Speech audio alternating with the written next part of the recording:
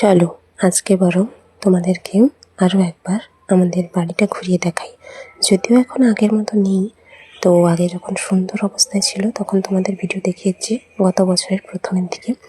মোটামুটি যখন খারাপ অবস্থা, মানে ডিসেম্বরের 5-6 তারিখ ওরা টালি বিক্রি করে দিল, কাঠমা অনেক ভেঙে নিয়েছে। তারপরে পরে বিভিন্ন সময় ছোটোখাটো ভিডিও কিংবা ছবিতে দেখিয়েছি। যাই হোক, এখানে একটা ভুল হয়েছিল নীল অপরাজিতা, সেটা তুলে নিলাম। টকর কাছেও কিছু আছে কিন্তু নেব না, কারণ অনেক ভুল হয়, তো মা নিয়েছে। সত্যি বলতে আমি বাড়িটার অবস্থা যখন দেখি কেন জানি না চোখে জল চলে আসে, বুঝলে তো। এখন আমের সিজন ঠিকই, কিন্তু আম গাছে তেমন আম নেই। ওই জলের দিকে কয়েকটা হয়ে আছে, আর উপরের দিকে হয়তো 1-2টো দেখতে পাওয়া যাবে। যাকে চারপাশটা একটু দাঁড়িয়ে দাঁড়িয়ে দেখছিলাম আর ভাবছিলাম যে এত বড় সুন্দর বাড়িটা একসময় আর থাকবে না। তাই এই চারপাশটা একটু ঘুরে ঘুরে দেখছি। এই যে ওদের দিকটা এখন দেখো, শুধু আছে বলতে হয়তো এই দেয়ালগুলোই আছে। এত মোটা পুরো দেয়াল বলি এখন অবধি বৃষ্টি ঝড় যাই হোক না কেন সব কিছু সামলে আছে। কতদিন থাকবে যদিও জানি না। দেখেছো, কিচ্ছু নেই এদিকে। অথচ সেই যখন গাড়ি সাইকেল কিছু রাখার হয় বাইর ধরে আমাদের ওদিকে রেখে দেয়। চলো এবার বরং ভেতরটা একটু ঘুরে দেখাই। ভেতরটা ঘুরে দেখানোর জন্য তো আমাকেও সাথে সাথে যেতে হবে, তাই না? তো এই যে উঠে চলে এলাম বাইর ধরে। এবার দরজা খুলে ভেতরটা দেখাবো। ভেতরের অবস্থা আরও করুণ বলা চলে বাইরের থেকে। মানুষজন ঢুকতেই ভয় পায়। এই যে দেখেছো, উপরে যেহেতু টালি নেই, কোনো আচ্ছাদন নেই, জল পড়ে ওদিকটায় ছাতানি হয়ে গেছে, এরকম একটা ব্যাপার। মানে আমি ঘরোয়া ভাষায় বললাম, জানি না এটা কাদের জায়গা, মানে কোন জায়গায় কীরকম বলে। এই জায়গাটা কাদা কাদা সবসময় হয়ে আছে, বৃষ্টি পড়ে জমে যায় পুরো। দেখছো চারপাশটা কীরকম অবস্থা। তো এবার বড় এটাই একটু ভালো মতো দেখো। মানুষজন ঢুকতে ভয় পায়, সেটা পাড়া প্রতিবেশী হোক কিংবা স্কুলের কেউ কোনো কিছুতে নিমন্ত্রণ দিতে এলে বা অন্যান্য কোনো আত্মীয় বন্ধুবান্ধব এলে। অথচ আমরা আজ ডিসেম্বরে এরকম অবস্থা হয়ে যাওয়ার পর থেকেও এ বাড়িতেই থাকি 3জন। তাহলে কি আমরা মারা গেছি না মাটি চাপা পড়ে গেছি?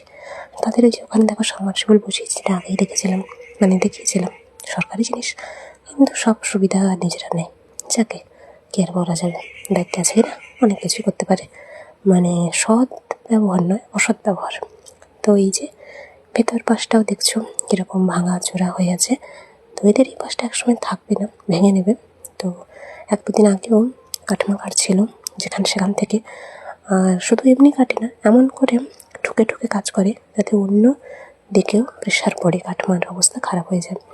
এই যে পিলারের মতো কিছুটা কিছুটা অংশ দেখছো, এগুলো যত বাড়ছে হচ্ছে, পরপর উপরের দিকে কাজ উঠছে, কাজটা হয়ে হয়ে উঠছে, আমার কেন জানি না বুকটা ফেটে যাচ্ছে।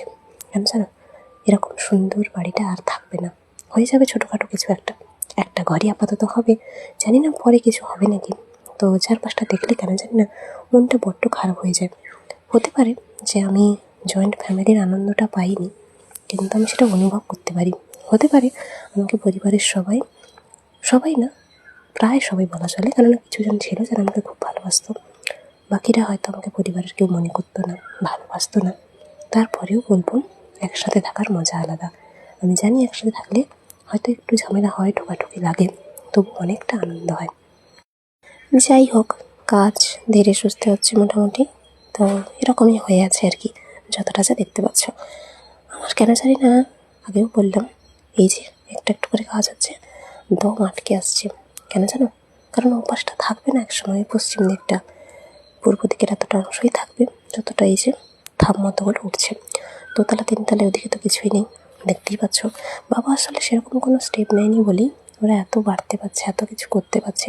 যদি স্টেপ নিত সেটা করতে পারতো না।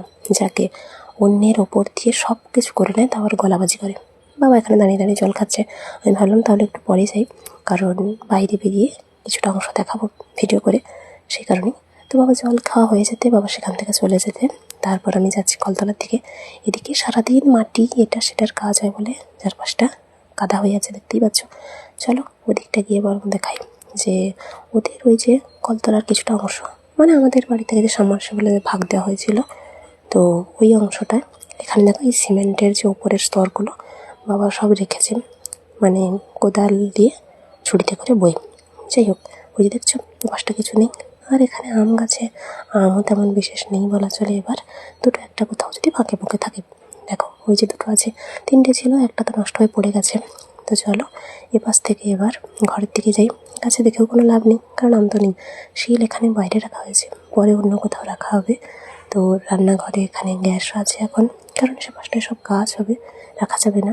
এমনিতে জায়গা কম, আরও কমে গেছে, সাবধানে কাজ করতে হয়, চলাফেরা করতে হয়। তো ভাবলাম বরং যখন ভিডিওটা করছি বারান্দার একটা ভিডিও করিনি, মানে একটা ছোট অংশ তুলে ধরি। কোনো ঘরের ভেতর দেখাচ্ছি না, কারণ আর কোথাও কোনো পরিবর্তন নেই, যতটুকু যা হয়েছে সবটাই দেখালাম। তো এই সিঁড়িটা আমার এত পছন্দের, কি বলবো, দেখলেই প্রাণটা যেন জুড়িয়ে যায়। জানি না এটা কতদিন থাকবে। যাই হোক, উঠছি সিঁড়ি দিয়ে, আর মনে মনে ভাবছি একসময় সিঁড়ির যে ঘরগুলো, মানে যে পাশের ঘরে আমার বই আছে, আগে দেখিয়েছি, ওদিকে ঠাকুমা আসতেই দিত না, বকাবকি করতো, জিনিসপত্র রাখতো বলে। কে জানে, হয়তো আমাকে পর বলিয়ে ভাবতো। পোশাক আশাক মা এখানে বারান্দায় দিয়ে রেখেছে। রোদের ওই সাইডটায় কিছু নেই, কাঠমা টুকটাক আছে, টালিও নেই, কাঠমা অনেক খুলে নিয়েছে, তো ঘরগুলো খালি। যাই হোক, তো আর তেমন কিছু দেখানোর নেই, এবার নেমে যাব। আর সবশেষে আমার নিজের হাসি মুখটাও এক ঝলক দেখিয়ে দিই, বুঝলে? টাটা, ভালো থেকো তোমরা।